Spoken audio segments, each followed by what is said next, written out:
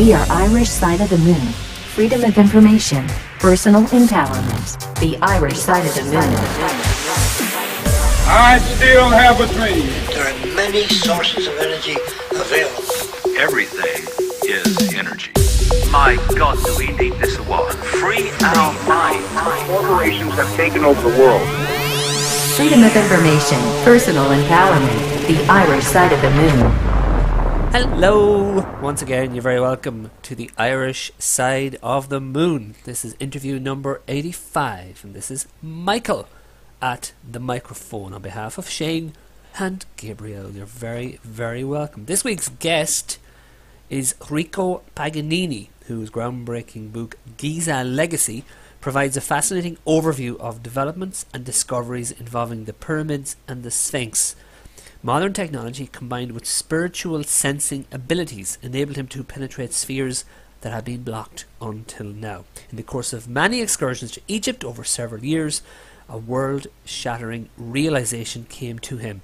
The real secret of the pyramids has yet to be recognized. It has little to do with how they were built and their incomprehensible size and geometry, but instead it has to do with their metaphysical significance and their function as a guidepost to the subterranean world beneath them.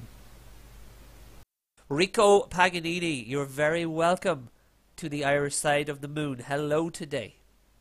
Thank you. Hello, Michael, and hello to everybody out there from the mountains of Switzerland.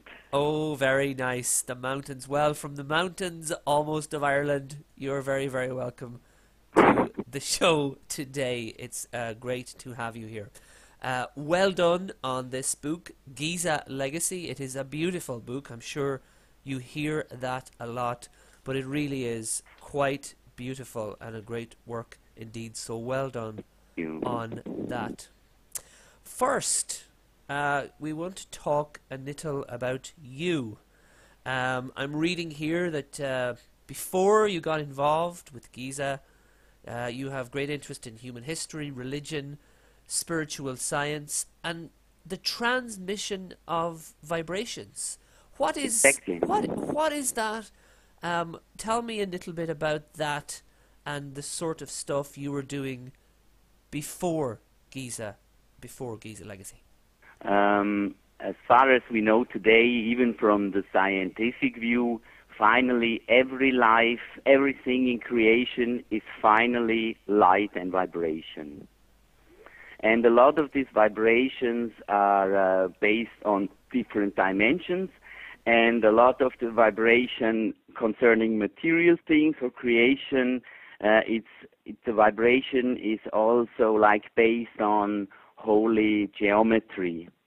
And this was finally the reason which brought us first in the year 2000 to Giza in Egypt, because our group was researching and also wondering if it's all true what we heard about the buildings, the geometry, and also if it's possible to measure vibrations there.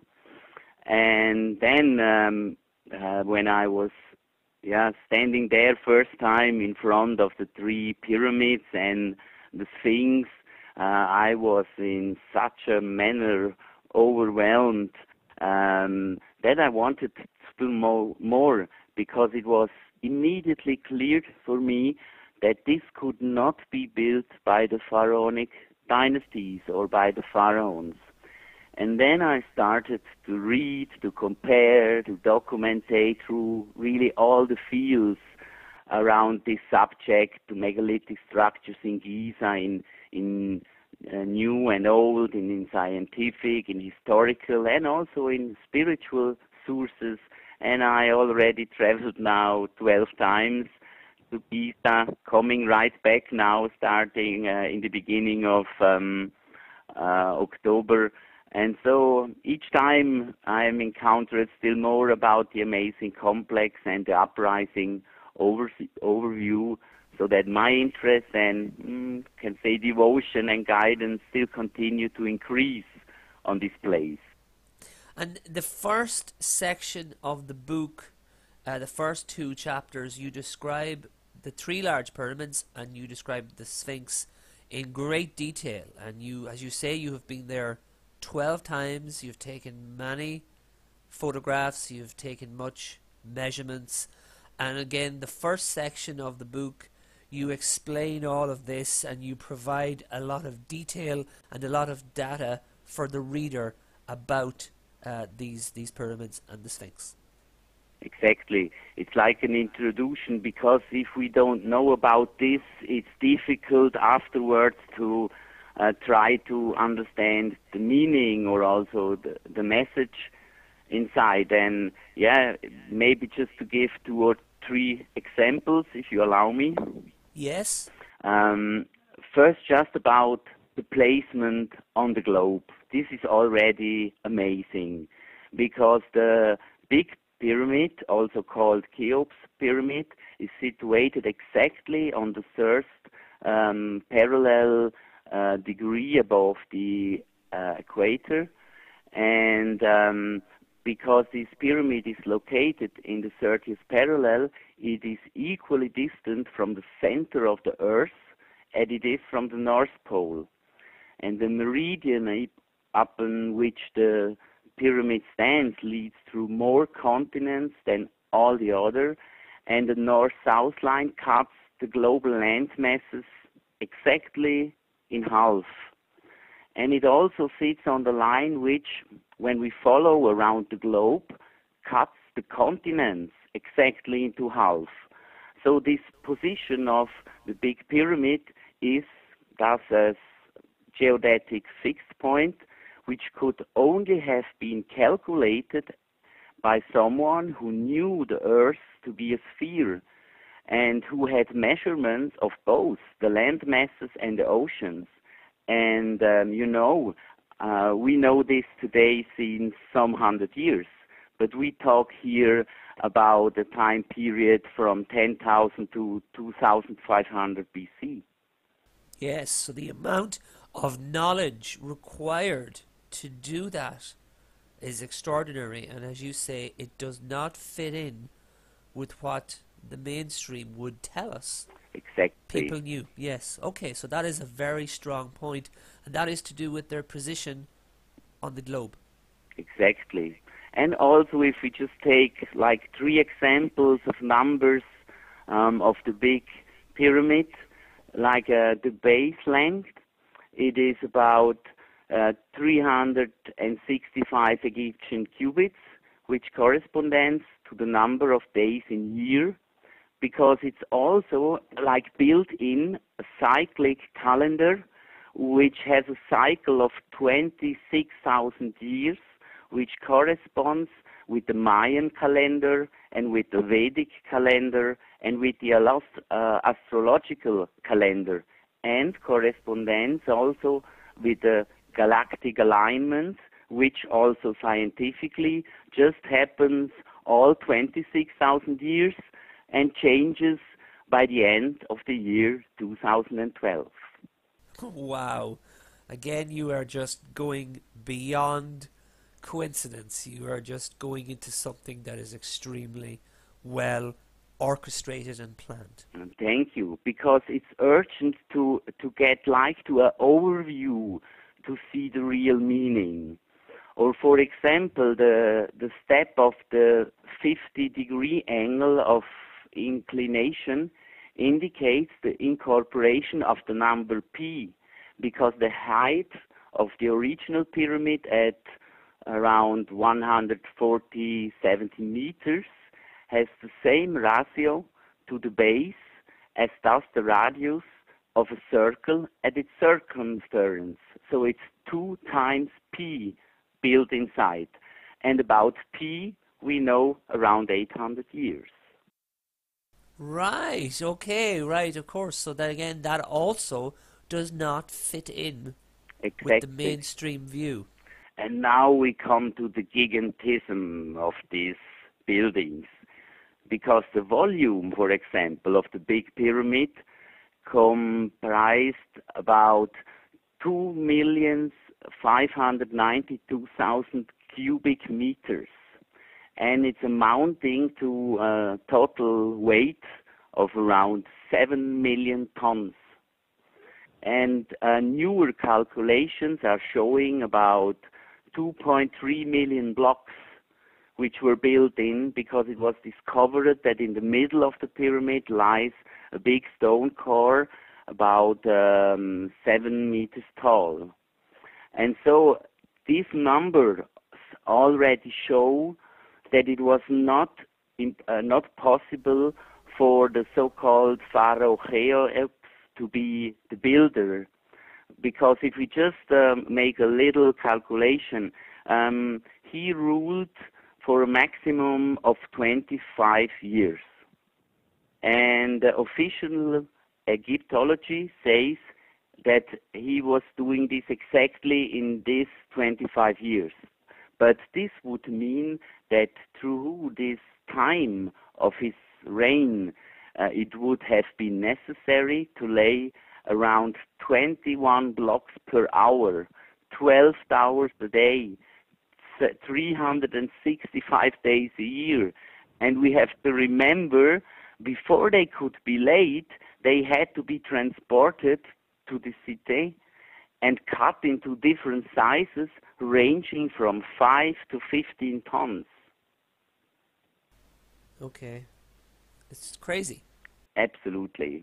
And it makes us wondering, and when we are wondering, we start to research for maybe finally get out what is the real meaning of this place. Okay. Now, the official line, the Egyptologists are very determined to say when these objects were constructed. And it's true to say, you say in the book, independent scientists are not allowed or have never been allowed to examine the Sphinx, to try and age it. I know there's reference, there's a section about water erosion, and you can talk about that, but it is not allowed to do tests or to try and age these objects. Yes, exactly, because we have like two main points why it is like this. The first is, if it's discovered or proved that the pyramids or the Sphinx are older than around these 4,500 years, then we are in hard opposite of the Egyptologic view, which teaches us in the school already that the three pyramids were built by the three pharaohs, like as graves, as burial chambers. Yes, yes. Because that was in my school. In my school, that is what I was told at school. That's what I was told. Yeah, you see. And the second point is that in the Quran and the Islamic books, the creation or the beginning of humans, it's similar to the Christian religion. They start about 3000 BC, which we already know from scientific view that it's not true. But anyway, if you say that something is 10,000 years old, you are also in direct opposite of the religion books. And these two facts together in this Islamic country made the situation that they really fighting hardly against each informational proof that these buildings are older. That is the sort of thing that they will want to stop and prevent the message or the ideas being put out. Did you have any problem ever with your work, with this book, with resistance to having it published or to having its contents criticized? Yes, sure. especially from the Egyptologists, but it's not already so far that we are really disturbed like in the work, because it's not a long time now that Giza Legacy came out in English. Originally, as everybody here, it was in German. And so it's on let's say it's on his way. And on the other side, we are not like working, let's say, officially. When we are there, most of our work is done in the night. Yes, again, we will talk about this, but it's very exciting. It's very conspiratorial, the work that you do, and the idea that you are going to places that you are not allowed to go, and that is a big part of the book. Without working like this, it would not be possible to make this work and these proofs. You're right. Yes. Okay. The first section is very much about the pyramids, the Sphinx, and it goes in great detail into that information. There's photographs, charts, 3D imagery. It's very, very informational. It's very useful. In the second section, moving on from that, you begin to look, and this is very exciting, you look at the underground complexes. Can you tell me how you first came to discover, back in, was it right from the very start in 2000, when you began to discover the other avenues, as in underground complexes, tunnels, vertical shafts, etc. Can you tell me about that, please? Yes, it was, I think, at the 7th travel. So it was really a step-by-step working, and so we were surprised by ourselves to get at this point and to enter like in the outer space of this underground complex. Because we have already to know that from the official view, it's absolutely denied. It's nothing existing in the underground. But we have just to look at the Solar Cross a little outside in the desert, which is already very interesting because it's the point, the beginning, that if you make a Fibonacci spiral of the golden mean, then it passes exactly the 3 points of the pyramids and like the breast of the Sphinx. And this is already like 20, 30 meters deep. And we have the Osiris shaft behind the Sphinx. I was already there also, and this also leads like 3 floors. It's constructed in 3 vertical shafts, which leads to 3 floors underground, around 32 meters deep. And the part that we also seen, it was like tunnels and shafts which lead to like small houses where you could live in. And I don't know how many of your listeners know this. We find it in different old books and sources that once there was existing like a small village or city underneath. And as far as we have seen, just in these outer parts, that's true. That's the truth. Wow. And the labyrinth underneath the plateau, it extends, as you say, it goes far out into the desert. It actually extends for quite a large distance. Exactly. And this maybe also allows a note about the wall, which was constructed since 2003, because this wall really closes in the whole Giza Plateau.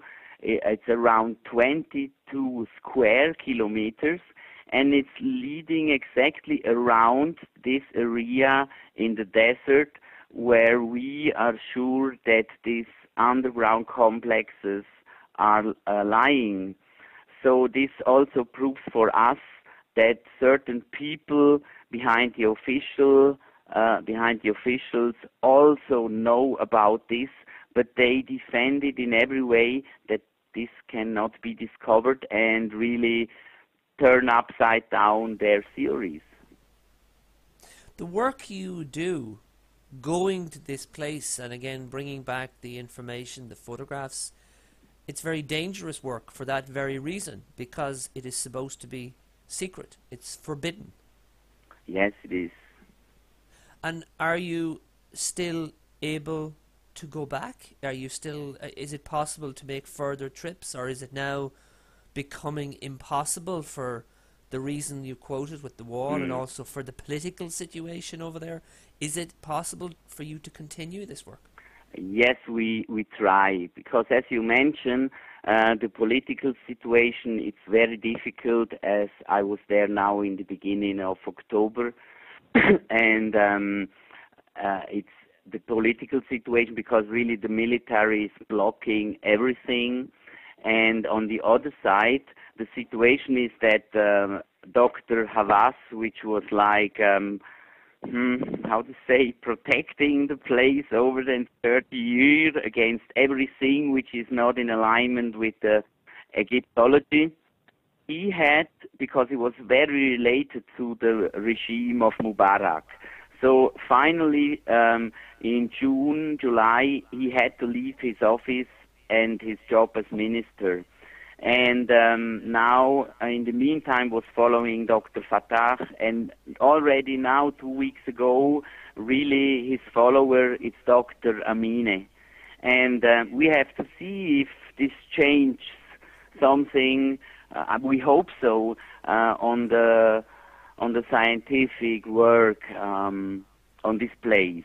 But as we already mentioned before, the English book is not so long now on the market, and it takes some time, maybe until it arrives in these hands, which could cause that I cannot enter anymore to Egypt, like, for example, it was happening with Professor J.J. Hurtak, which I really respect for his great work, because he was originally the discoverer of the Osiris shaft in the 90s. But after they found it, they would brought to the frontier. They have to leave the country, and since there they could not come in anymore. And 2 weeks later, after discovering, the officials and Dr. Hawass was standing there and say, "We have discovered this."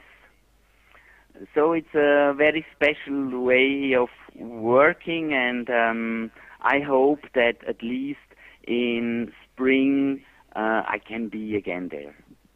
Yes, I hope too. I do, because I think this work is fascinating, and I hope it can continue.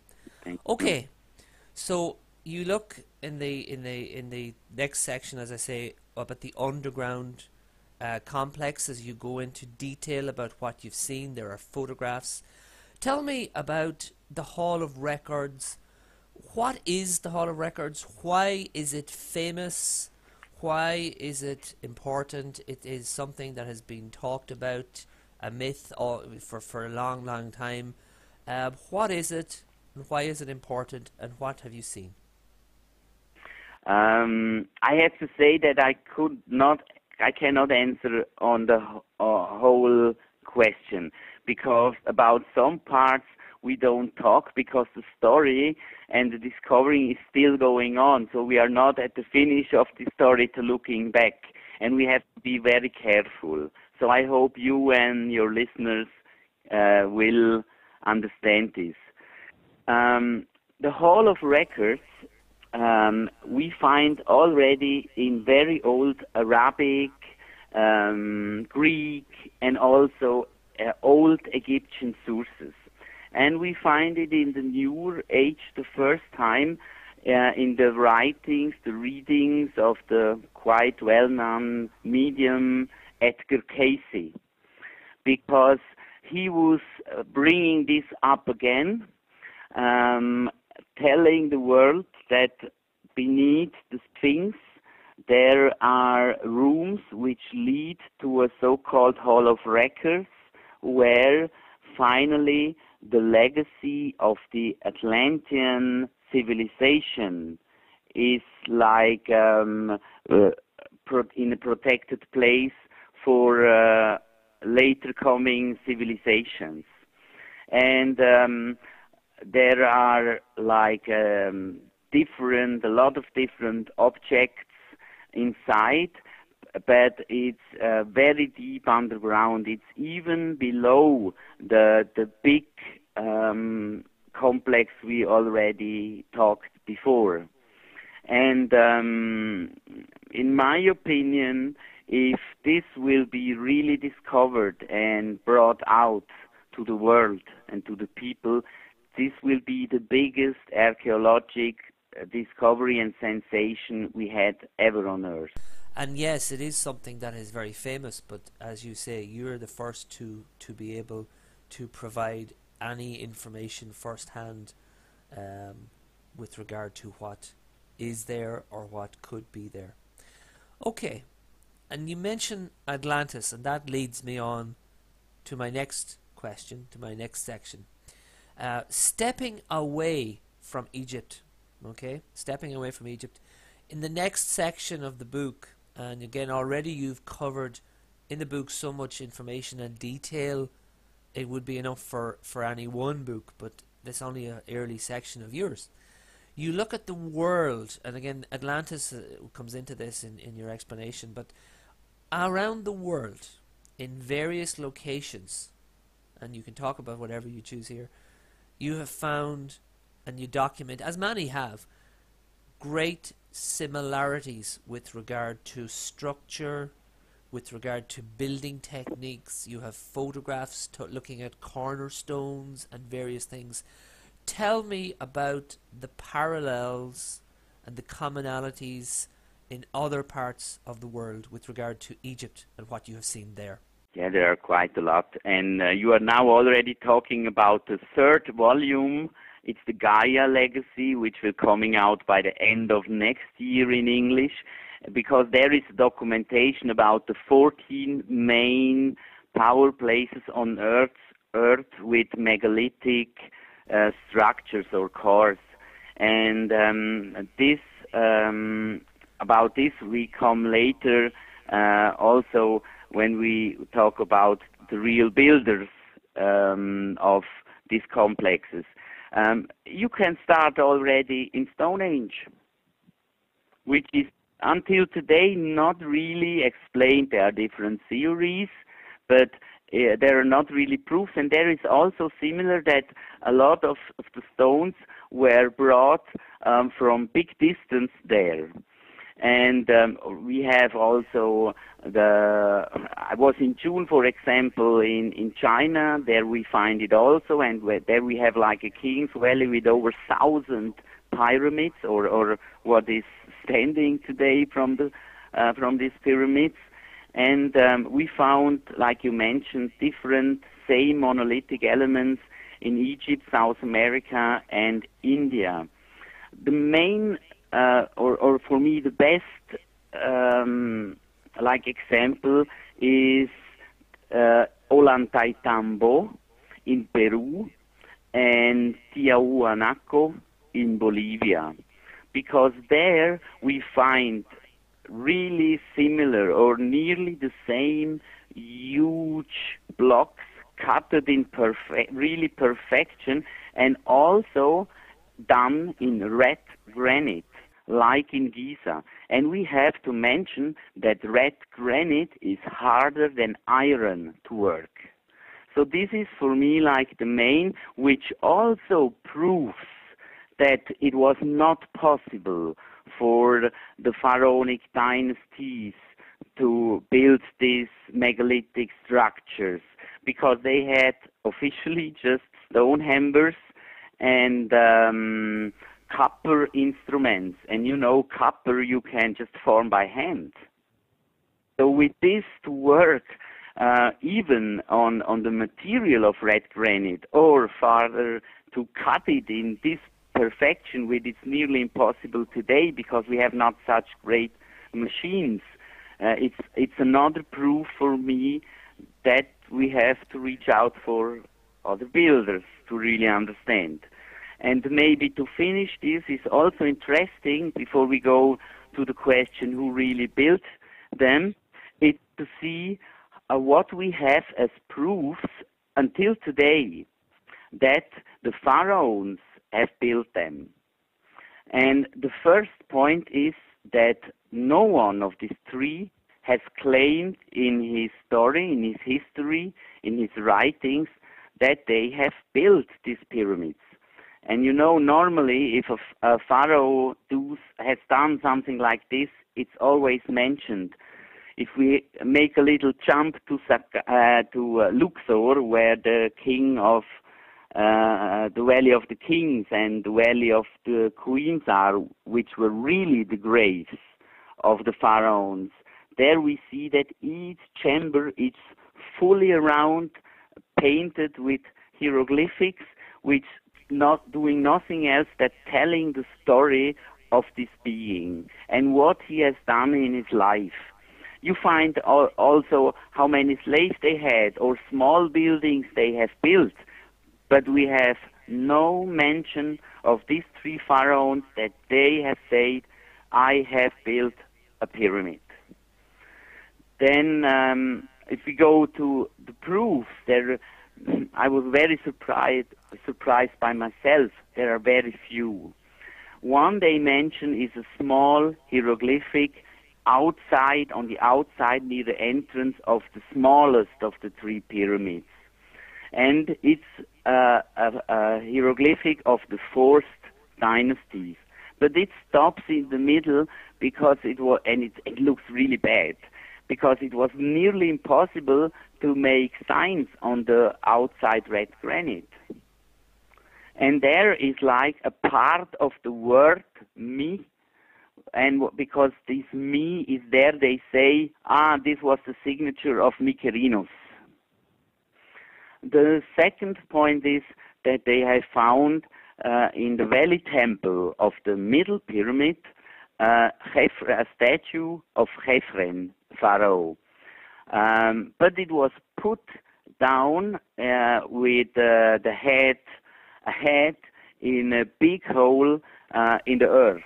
So it was not placed like a statue they were respecting. So it looks more that the priests have put away something that they don't like there. And a similar proof that they mention is a small stela of Thutmose, also just with a part of the name we can read. And it's also refused by scientists that this could be a proof, because it's not even the full name. And even if on this small stela would be the full name, this proves in no way that he was the builder. The last, what we have are painted hieroglyphics found in the relieving chambers over the king's chamber in the big pyramid. And some years ago, they were also really scientifically declared as faked, because they was founded by Howard Weiss. And these painted hieroglyphics has a same typo inside like the hieroglyphic book that Weiss used in his time. So it shows that he was painting this hieroglyphic, but copying the typo on his school book. The mistake on his, yes, okay, yeah. And so that's all, Michael. What we have as proof until today that the pharaohs have built the pyramids. And it's very, very flimsy, very, very slight. When you talk about Peru, when you talk about Bolivia, when you talk about the other megalithic structures, is there scientific evidence with regard to the age of those structures? Have tests been done by scientists to say how old, like Stonehenge and all those places, are? Yes, there are different ones. We finally have like 4 proof lines which show how it really could be. The first is, and these are now all scientifically proven, So the first is that the building method, it's declared as pre-dynastic. So this means before the dynasties, but until today, inexplicably. The second is that the geologic proof of the layers in the middle of the big pyramid show an age around at least 10,000 years old. The third we have, it's a very interesting one. It's, for me, like the biggest one. It's based on the work of John Anthony West and Robert Schoch. Robert Schoch is a professor in geology at the Boston University. And they have proved that the Sphinx is at least 12,000 years old, so we talk about 10,000 BC. And this fits really specially together with the proof which was made by Robert Bauval and Graham Hancock based on NASA astrology, because the three pyramids and the three Sirius asterisks in the Osiris belt only around 10,000 BC were corresponding exactly in this time, and in this time window the sun in the east was rising up in the constellation of Lion, and it was exactly in the middle of the face of the there lying Sphinx.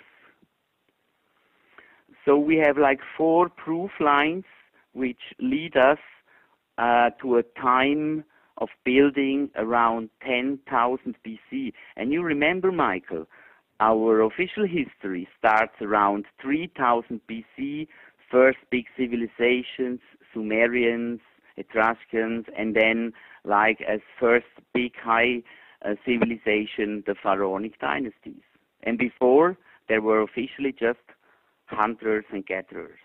Yes, in the book, I have it here, just the page. You have a page towards the back where you have a chronological chart of all the prehistoric civilizations, and you lay side by side the Egyptology view with regard to the various other views. And yes, as you say, on the Egyptology view, there was no civilizations before the pharaohs. It was all very basic.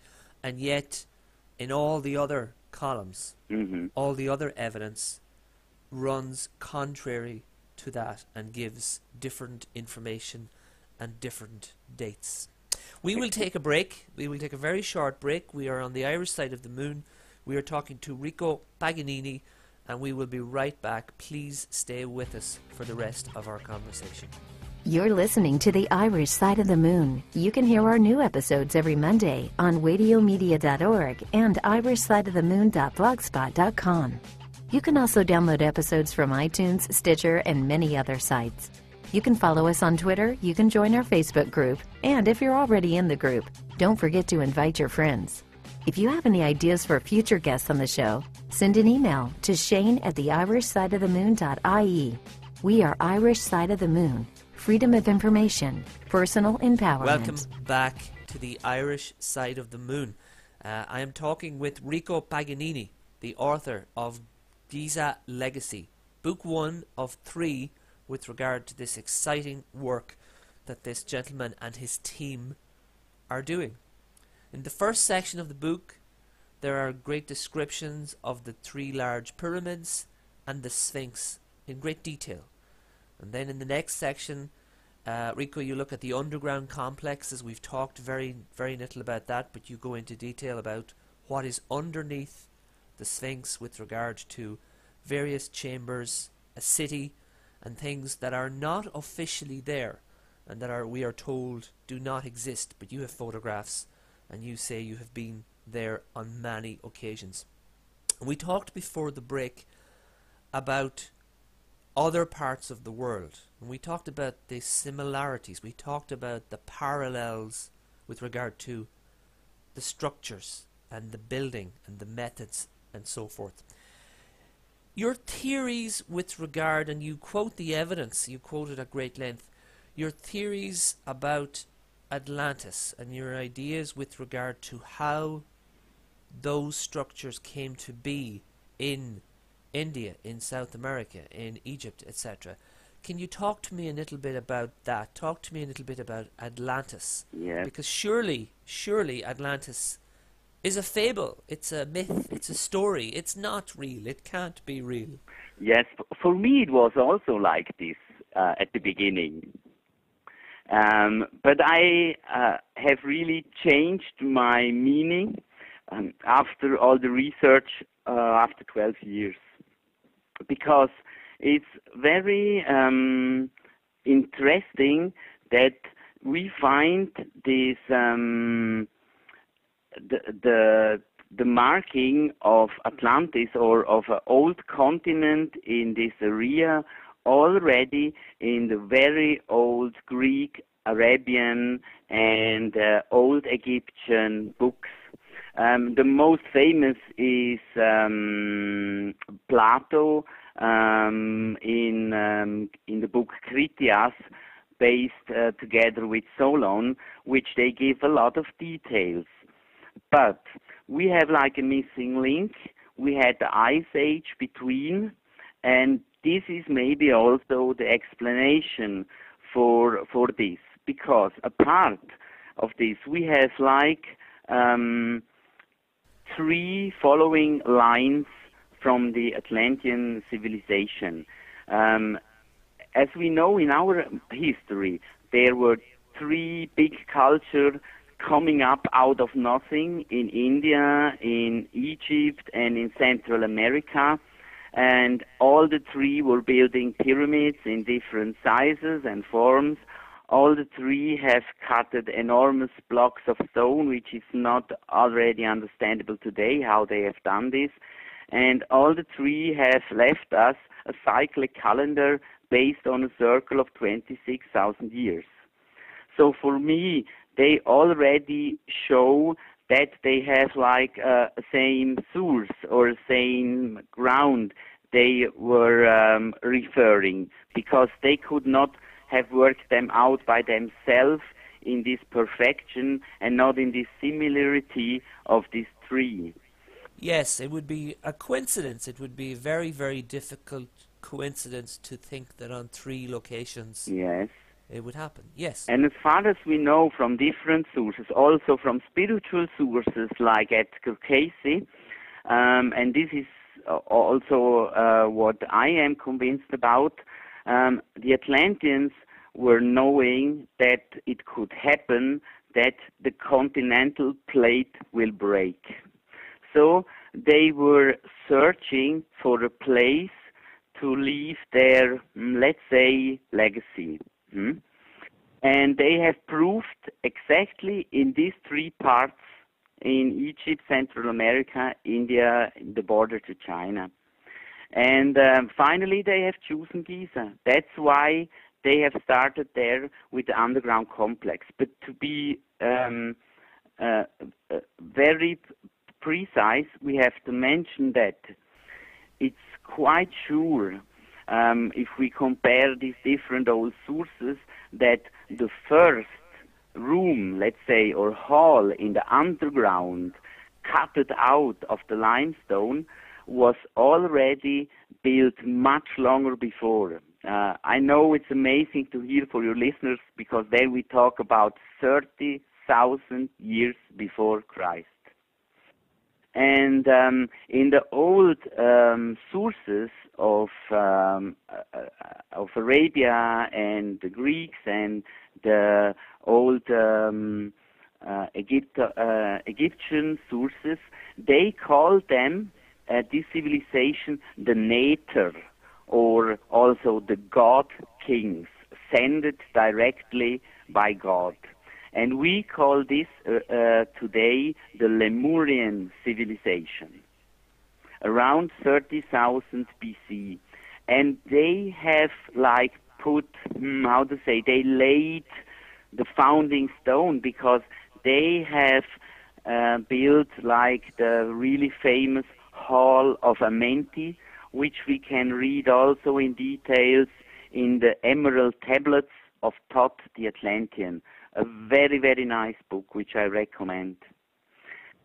And then, after the choosing of the Atlanteans, they have continued there at this, for them already holy place, and cutted out other rooms in the underground, like the Hall of Records and the whole underground complex. And finally, they have put on top the three pyramids and Sphinx. For me, even if they are so special in mathematical and astrological meaning, these are just signs to show this is a very special place. Make research and find what we have left for you. And again, you could say that they were designed in such a way so that when our civilization became clever enough to understand, then we could open the box, we could see. We would have to wait. The idea, I suppose, would be we would have to be very smart and understand the stars and the planet to that same degree. Very well said. Thank you. Yeah. Then we have like a third step of building, because the subsequent royal lines, and these royal lines are about 30 kingdoms before the pharaonic dynasties, and we find them also in different sources. So it's not just like one source. I just use informations I bring together which are quite well proved. And yes. So these royal lines have added like additional temples, the ramps, fences around the three pyramids. And after this, we can probably say like a fourth step of building. The pharaonic dynasties have just put small temples. That's the only thing you have in the story of Pharaoh Cheops, that he said, I have joined a temple, the Isis temple, for my wife near the big pyramid. So that there were small temples built by them, and finally they have built all these hundreds of mastaba burials all over the Giza plateau, what we see today. And these mastabas, they are really, for sure, from the 4th and 5th dynasty. But to say because these graves are there, they have also built it, for us, it's no proof.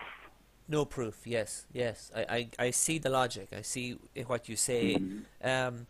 Going back to the sources again for a moment, and again you quote Egyptian sources, Arabian sources, Greek sources. There are some interesting pieces of information. There's a quote here. The old priest described how global catastrophes have repeatedly occurred on the earth, and stated that it is all recorded in the temples from time immemorial. And again later on, a few pages further on, you have the same idea. The builders built them because they foresaw that through the great flood everything would be destroyed on earth that was not protected by such structures. The idea being, and this comes from many sources, that repeatedly there is a cycle, and there's a rise and a fall. Destruction is part of the natural order, and then something endures, and then we build up again. Yes. That comes true from the sources that you quote. Yes. And it's interesting also to see that far back in time, as now, but far back in time, there was also an attempt to keep secret some of the information. Here in the Egyptian sources section, the quote is that the prehistory of Egypt was known only to initiated priests, and they were not permitted to speak of it. And this is a long time ago, so even in the past as well as now, there was a force or forces trying to keep this information secret. Exactly. why? Why is it so important for some people in power to stop the rest of us knowing this? I mean, is it to look after their own interests? Are there those who wish to benefit from this information but keep it from everybody else? Do you have a theory? Yes, I have, and you will find it also inside the book, because we were very surprised in all these years which different interest parties are involved to Giza. It starts with all the lodges and hidden societies. You know that we find the pyramid with the eye on the top, also on the $1 bill of the Freemason. And they are still working on this place. Also, Yale University or Stanford Research Institute, which is in a part working for the CIA. We have the RA and the Casey Foundation and a lot of different other parties. And you are also right. To find this, to know this, to use this, it gives real power. And you already mentioned, well, there are people, like we see how the work is working today in the world. We see that certain people want to control the others. So this for sure is also an aspect in all this. And you talk, and this is perfect really, because you talk about, in the last section, you talk about the wall. And the wall is very interesting, and it's actually scary when you read into it, and in terms of what you've just said. Can you tell our listeners about the Giza Wall enclosure? Yes, even if it hurts me each time. Yeah, I can understand.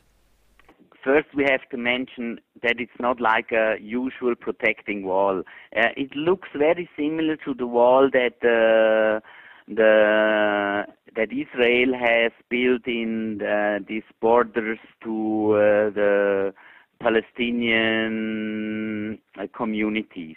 It looks more like a military wall.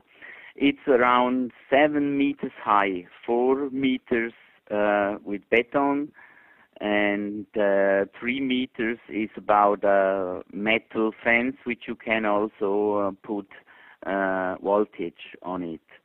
And you have a lot of photographs in the book, so yes. Again, it is well documented in your book. Also how it was built.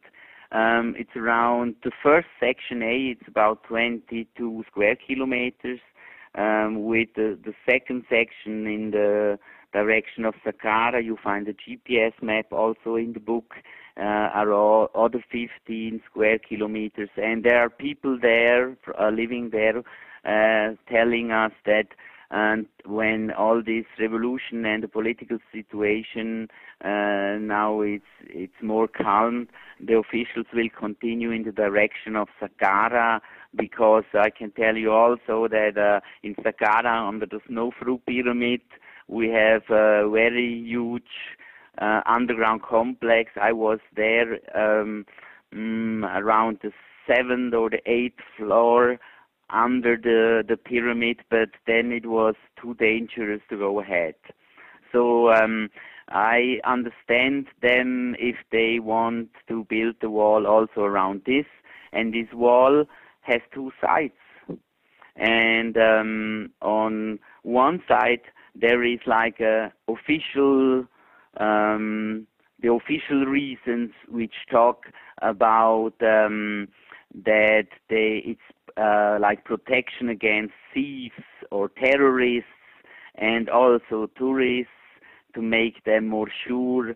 And I have to mention that to make an effective protection against thieves, however, the wall is indeed a few thousand years too late, because everything on the outside is empty. You can just try to bring away a huge stone, but it's very difficult in your pocket.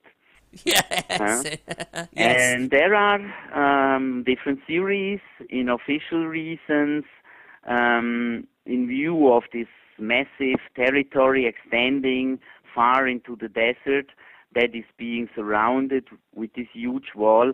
The suspicion is growing that those financing it, and it's proved that most of the money was paid by Americans, and they were primarily interested in exploring what is beneath the surface because they know more than what is being presented to the public through the official Egyptology. And the information we have gathered hints at the existence really of a master plan bordering on the incredible, that the old tales and underground structure have been proven by different explorations in Giza conducted since the 1970s. You find a detailed list in the book in the part of the scientific discoveries. And exactly after they find the first underground complexes, the entire area was being locked away for years. The pyramids they have closed, and there it has started. And I guess because they were convinced so much what's underneath, this was the reason to build this wall. And it is impossible, you say here, nearly impossible for many scientists and archaeologists to receive permission to conduct explorations in Giza today. So it is already starting, unfortunately. Exactly. And also different big association which has got permission. You find this mentioned all in this scientific list, like the Japanese or German groups. It was like always the same. They have first to pay hundreds, thousands of dollars, and in the moment they were successful, they find something, they had to leave. Yes. And it's very scary because the phrase you use in relation to Giza, and it also I think crops up as well, if I remember, in relation to the mention of when you talk about China. But it's not just that these places are closed off, but they are military no-go zones. They are really militarized zones. So it is very strictly enforced, and that's true now in Giza, as you say, in many historical sites in Egypt. And I'm correct, aren't I? You also mentioned that with regard to China, and that is also part of the reason that so much there is unexplored. Exactly. And I was confronted with this when I was in China this June. And it was very special for me to see that there is also like this, that exactly where these old megalithic or holy places where you find always the military complex around or beside. Nearly to each point. The strangest for me is the old part in the Fiji part of the world with the Mururoa part, and exactly there the French military have their bases and make their nuclear tests. Or I was also surprised to be in Stonehenge and to see that how huge the military complex there is. Oh, okay. It's very, very big, just like 2 kilometers away. So I'm wondering about this on one side. On another side, if you know who is all inside, involved behind the scenes, you can also understand it in some way. And it is troubling because, again, on many levels, but it's troubling, as you say in the book, and you believe that the information here is, and it says on the front here, a key to both our origin but also to our future. And that is a big part of what you say in the book with regard to the future and our knowledge about what comes next for us. That seems to be a fundamental part of this knowledge, which it would seem we are being denied. But I think first we have to wait until the real discovery could be made. You know, now there are different people like me who saying it is there and I have seen a part of this, but until we cannot work there, and it has not to be me, it can be everybody. I am happy whoever will discover or be able to do this, but there is a need for the permission. You have really to work there, and unless the situation allows this, it will not be possible to really go for it and bring the proofs out. So that's why I said when we were talking about the Hall of Records, we have to take care because the story is still going on. So on this side. And when this will be found and brought out, then it will show us how it is also a key for our understanding. I mean, this will change our worldview we had until today. It will change our view about human history in its own.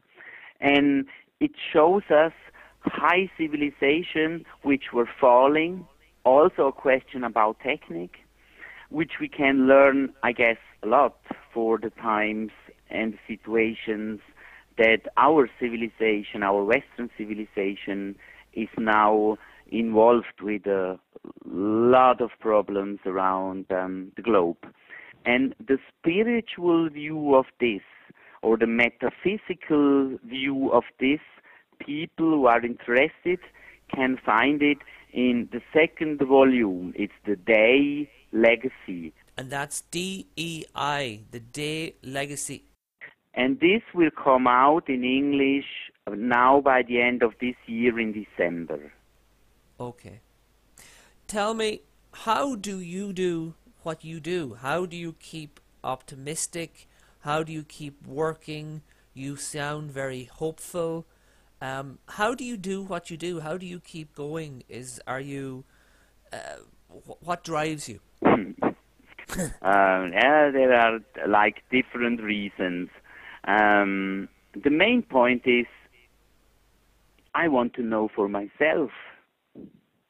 I want to know, I want to understand what's happening. I want to understand our history, just for my own purpose.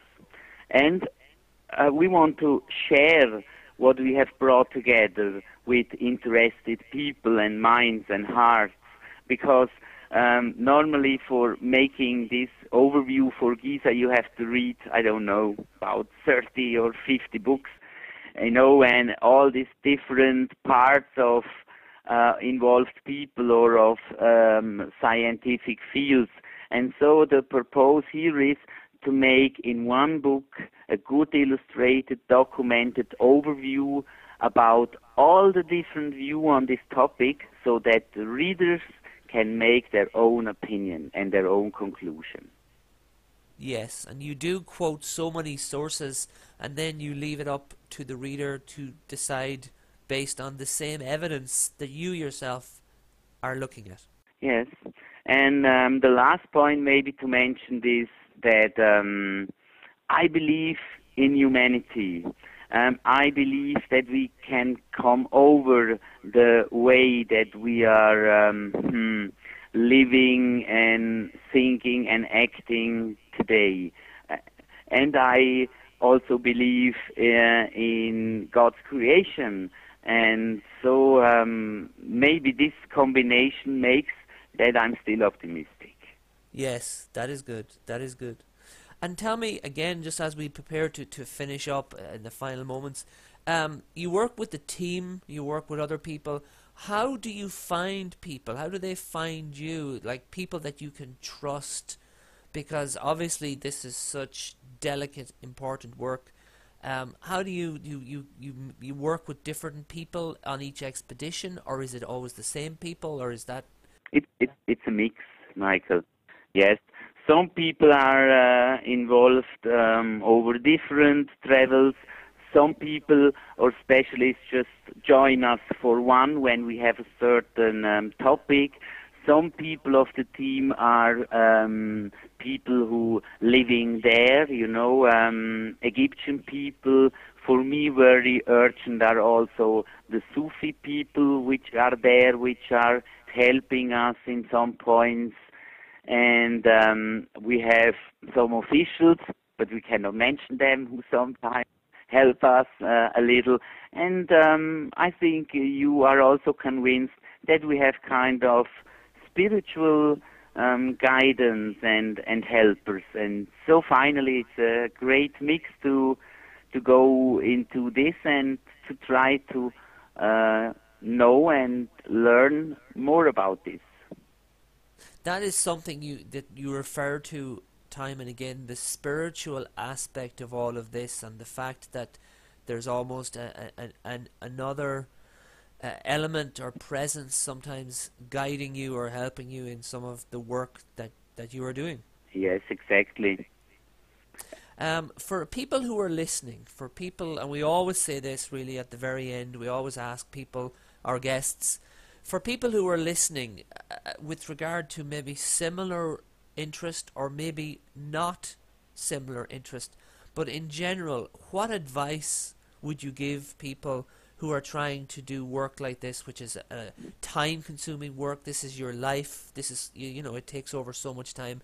How do you keep going? How do you work? How do you relax? Do you ever switch off? Is there ever a danger of you becoming burned out because there's nothing else that you're doing? This is it's interesting because we have talked yesterday night with friends about this. Let's say first what I propose is what I have learned by myself. Don't believe, prove yourself. This is for me the main thing. Even if it's in religion or if it's in history, prove yourself, make your own meaning. Don't believe what different parties serve you declared as truth. And on the part of the work, I have to say, yes, this is a problem, Michael, because most of us live like a double life. We have our daily work because we have to live in this material world, and then we have this work on the history, the vibration, the religions, all what's coming here together. And especially now for making these books, to sharing these books, the last 4 years, it was work nearly day and night. So that's why we were talking yesterday night also about, let's say, burning out. But, we see it's a time frame, and I like to bring out this information, what we have found, into a serving time limit until the next year. And afterwards, when this trilogy is out, I will make for sure a break. I cannot talk for the others, but then I really also have to have some quietness and stop also in the working. And on maybe for the last few, it's really the personal.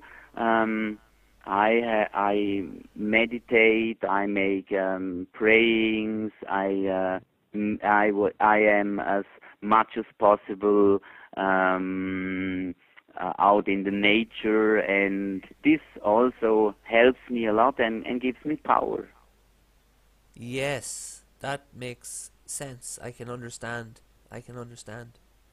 Rico Paganini, a great pleasure. You are doing great work. I enjoyed this book a lot. I enjoyed the book. I learned a lot from it because it is very informative. It has been a pleasure to speak to you. It has been a great pleasure. And I love, as you say at the very end, I love that idea. Do not believe, prove for yourself. You really are living that mantra because you're out there doing this work. and you're taking time to share it with the rest of us, and we do appreciate it. I wish you success with this, with the Day Legacy, with the third book, and I hope that we can get to speak to you again maybe next year or the year after and touch base and see how much progress that you have made, and I look forward to that conversation if we can do it. Rico Paganini, thank you very, very much for speaking to the Irish Side of the Moon. Thank you. All the best and lots of light and love on your ways. And that was Rico Paganini, our guest this week on the Irish Side of the Moon, interview number 85. The numbers are clocking up. For further information on that book, you can go to www.giza.ch,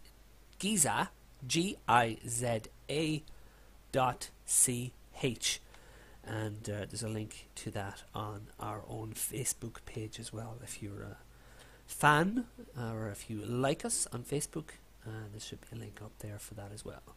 And our own site is, well, one of the many sites, but the Facebook is facebook.com Irish Side of the Moon / Irish Side of the Moon. We're also on Blogger, we're on Twitter, we're on WordPress, we're on lots of things, but most of the traffic, of course, is on Facebook and Twitter, with people putting comments and sending into IMs or PMs or whatever the heck they're called.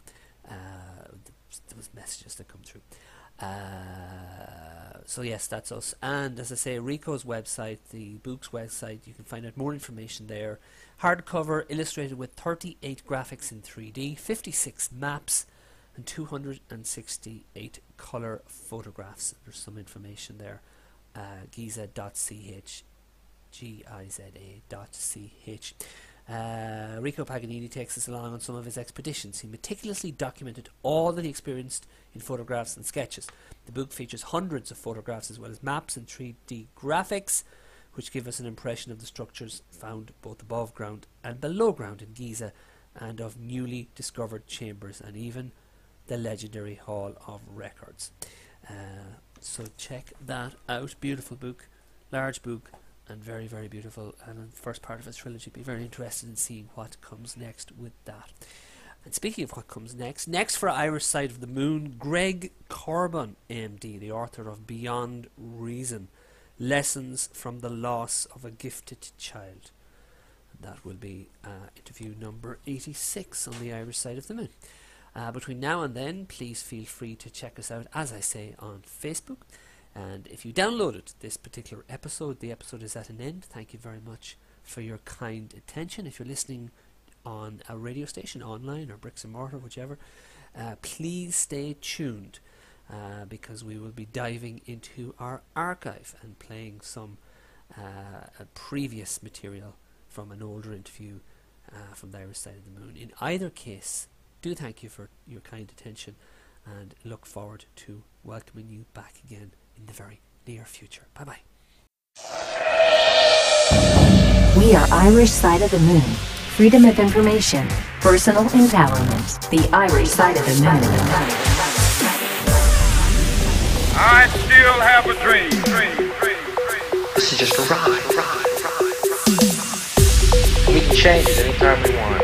It's only a choice. No effort, no work, no job, no savings of money. A choice right now between fear and love.